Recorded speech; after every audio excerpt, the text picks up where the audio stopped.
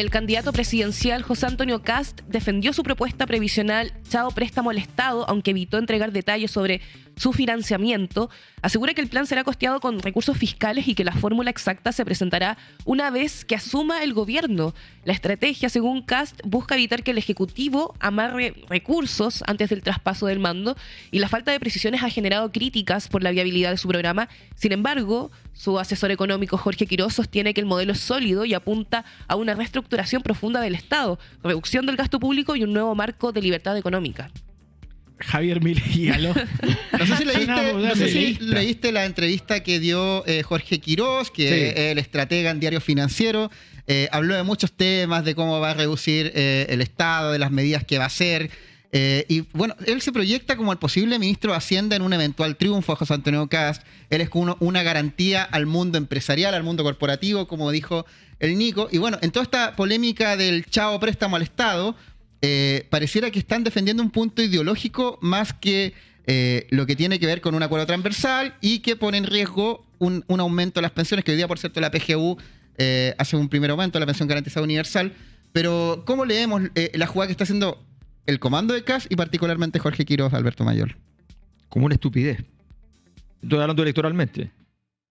O sea, Kast venía haciendo una campaña perfecta y desde que apareció Quirós, ¿ya? Y esta nueva discusión del chavo préstamo, Bernardo Fontaine, qué sé yo, o sea, entró en un pantano donde no va a poder salir. No va a poder salir. O sea, tenía la campaña ganada, lista, cerrado, ¿ya? Tú analizabas los números estaban clarísimos. Analizabas lo cualitativo, en el centro, en el corazón del sistema, había un solo nombre, una sola persona enganchada perfectamente que se llamaba José Antonio Kast. Esto hasta hace 3 semanas. ¿Ya? Y de repente, ¿ya? Esos típicos giros que hacen los comandos que no se dan ni cuenta que lo hacen. ¿Ya? Empiezan como, vamos para acá, ahora esto. Mira, ¿quién iba a pagar el costo de cambiar de posición respecto a la reforma de pensiones? Iba a ser Janet Jara, que iba a salir a decir que había que hacer cambios cuando ella había impulsado esa propuesta. De pronto, ¿ya? Aparece que el que tiene que dar explicaciones es el comando de Kast, que ahora tiene a uno de los creadores de la reforma, ¿ya? Y que inventó, a confesión de parte, relevo de prueba, el mismo Bernardo Fontaine dice, sí, yo fui el padre, ¿ya? De esta idea del chavo préstamo, del préstamo, perdón. Y entonces ahora estamos en el chavo préstamo. ¿Y cómo está? Sin que se haya todavía, esto es una ley que todavía no está ejecutada. O sea, no ha empezado a funcionar y ya el creador de esto te dice, es que la estamos mejorando. Y ojo que al mismo tiempo nos enteramos a través de la columna de Daniel Matamala que su principal asesor, quien es Jorge Quirós, sí, que todos conocemos, tiene un historial defendiendo a empresas coludidas, como por ejemplo el caso de los pollos y las farmacias. Lo que pasa es que hay una época en que varios economistas de libremercadistas radicales señalaban que, y esa es la razón por la cual le piden a Lagos que no haya colusión, no haya delito de colusión, porque señalaban de que solo podían verse beneficiados los consumidores.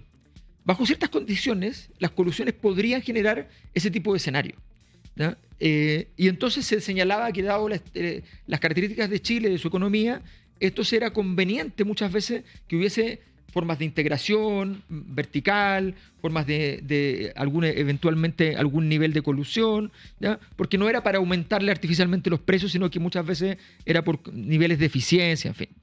Bueno, dicho esto, ¿ya? Que es muy interesante porque la colusión supone planificación y planificación al final es planificación centralizada y eso se supone que es de izquierda. Y es lo contrario al libre mercado, hacer colusión, claro. No deja de entrar nuevos actores. Entonces es muy llamativo, pero finalmente había como algunos grupistas, no muy grandes, ¿eh? Pero que algunos que mantenían estas tesis y habían niveles de tolerancia a este tipo de argumentos. Bueno, entonces Quirós claramente vive todavía en ese reino, ¿no? Y Kast está siendo muy explícito, que una de las gracias que tiene también políticamente es que él en un momento dice, esto es lo que pienso y para allá voy, no tengo duda. Y aquí viene la duda. Yo no tengo tan claro que los empresarios, más allá de una emoción inicial, digamos, vean tan claramente con buenos ojos esta deriva que está tomando Kast. Porque, para decirlo en simple, ¿ya? Una reforma como la que está diciendo Quirós es una reforma de inestabilidad, ¿ya? O sea, no es distinto a De Polo diciendo hay que inyectarle inestabilidad al sistema. No es distinto, ¿ya? Entonces, yo creo que va a ser muy delicada las próximas semanas para Kast, porque además se regaló todo esto antes del primer debate. Pasa también un fenómeno que, como si uno lo lee, que es que Kast se está transformando en un refundador. Tal como se planteó durante el proceso de las constituciones fallidas. Sí. Quien plantea una refundación termina mal. Claro, pero lo que él plantea es una forma de refundación muy específica que se llama restauración. La figura que a él lo hace grande es la figura de la idea de que hay una falta de autoridad. Y por tanto, pasarse un par de pueblos en términos de autoritarismo no es tan grave. Claro, como estamos en déficit. Yo creo que el diagnóstico o sea, esa situación que explica Kast es muy importante hoy día en el mundo. O sea, yo creo que el gran error de la izquierda fue, en su alejamiento de lo soviético, qué sé yo, fue el alejamiento del concepto de autoridad. Claro, se quitaron le hicieron un poco de asco al traje que terminó perjudicándolo. Sí, entonces, o sea, todo el rato que apretaba el acelerador, estaba con el embrague apretado. Y entonces no pasaba nada. Todo se calentaba un poquito más el motor. Entonces, ese proceso de la izquierda está terminando, digamos, con una problemática seria, y es que la gente dice, sí, yo quiero los derechos sociales, yo quiero los apoyos del Estado, quiero todo eso, me parece bien, pero no me gusta que el presidente no mande. Y no me gusta que las autoridades políticas no tengan la capacidad de hacer las cosas y que después se puedan excusar en que en realidad no tienen la potestad para hacerlo. No quieren, el mundo, esto no es solamente en Chile, claro, no quiere global. más horizontalidad. ¿Ya? Sí, quieren una estructura vertical que les dé seguridad. Bueno, por eso también apelan a cierto tipo de iglesia, también por supuesto. Que los seres humanos tratan de buscar cierto tipo de trabajo. Y porque además viene un mundo que te está diciendo por todos lados de que va a ser vertical. O sea, tú tienes en este momento, a ver, primero vamos a tener que acostumbrarnos a ciertas cosas. Los gobiernos legítimos para los occidentales son las democracias. Perdón, existen gobiernos legítimos que no son democracias. Claro. No hablamos. ¿Ya? Y eso va a ser explícito y notorio en 5 minutos más. Entonces, vamos a tener que acostumbrarnos a pensar de que no solamente es la democracia el único criterio de validación. ¿Ya? En segundo lugar, que la gente está pidiendo más verticalidad porque hay temor, porque hay una nueva relación geopolítica que produce mucha incertidumbre. Entonces, todo eso explica un poco el crecimiento de Kast. Pero Kast se equivoca porque todo lo que está haciendo supone una conflictividad interna del sistema político y la gente odia eso. También eso lo lee Matei en su relanzamiento. Sí, me da la impresión de que este relanzamiento fue bastante más organizado, con más criterio que los anteriores. Que los anteriores fue como, salgamos de este momento difícil y punto. ¿No? Sino que ahora, bueno, de hecho en 15 días sube 3 puntos en la encuesta nuestra. Entonces, ¿Cómo quedó la encuesta? ¿Te acordáis? Sí. Bajó Jara, que estaba en 39, a 36. Uh-huh. Baja el primer lugar, baja el segundo lugar, que baja mucho, baja 5 puntos Kast, de 29, 4 puntos a 25. ¿Ya? Luego sube 3 puntos Matei, que llega a 17 y algo, ¿ya? Había bajado mucho. Sube también Kaiser, o sea, el tercero y el cuarto suben. Uh-huh. O sea, Kaiser va y le quita algunos votos a Kast también, ¿ya? Y sube a 11 puntos. Y el resto está mucho más abajo. El resto nunca me ha marcado Franco Parisi más de 6%, pero en este caso ha marcado 4 y tanto. O sea, ese es como, y de ahí para abajo. Ya, te preguntaba esto porque la decisión que toma Kast, y por eso estamos comentando en el puesto número 1 de nuestro ranking de noticias, es porque él se negó a explicar bajo qué mecanismo va a reemplazar el Chavo Préstamo, que para que se entienda quizás quienes no...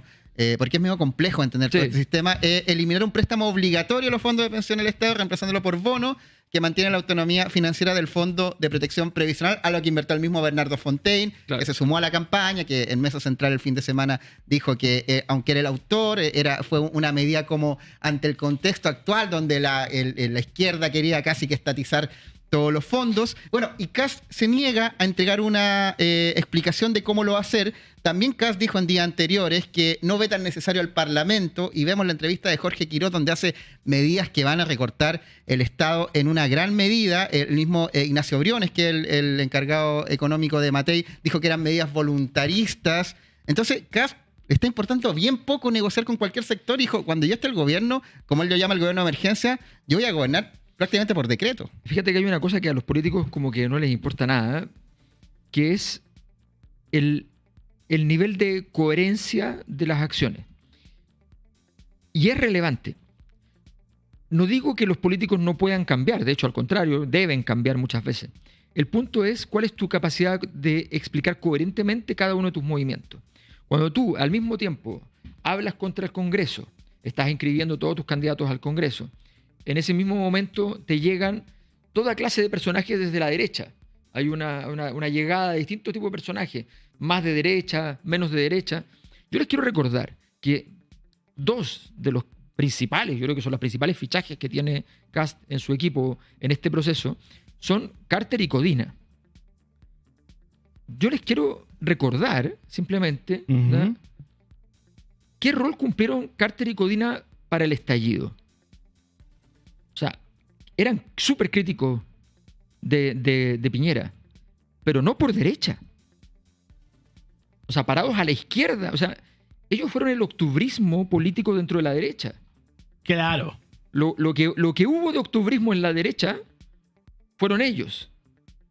O sea, yo me acuerdo, me recuerdo hasta el lugar donde estaba parado escuchando la radio, ¿ya? Caminando, yendo a comprar pan en la esquina de mi casa y escuchando la radio, y de repente escuchar a Carter haciendo un emplazamiento al gobierno de comprender la problemática social, o sea, muy lejos de la tesis conspirativa, de la tesis, muy lejos, todo lo lejos. Pero espérate, Mario Desbordes, po, Mario Desbordes. que ahora es como un corpóreo de la ridiculez.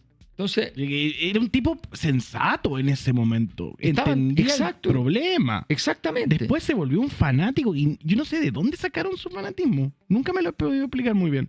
No, es un giro inesperado, simplemente. Y eso que eran personas sensatas. Entonces, no, yo creo que el problema, más allá de si en ese momento eran sensatos o ahora son sensatos, el punto es que no hay ninguna coherencia para explicar Claro. ese tránsito.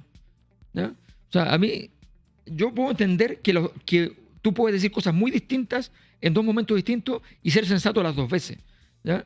Pero también puedes ser insensato Las dos veces. las dos veces.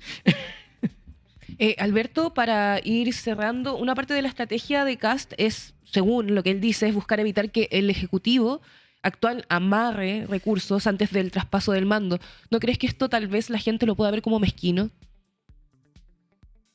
Yo insisto que todo aquello que no se entiende hace mal en las elecciones.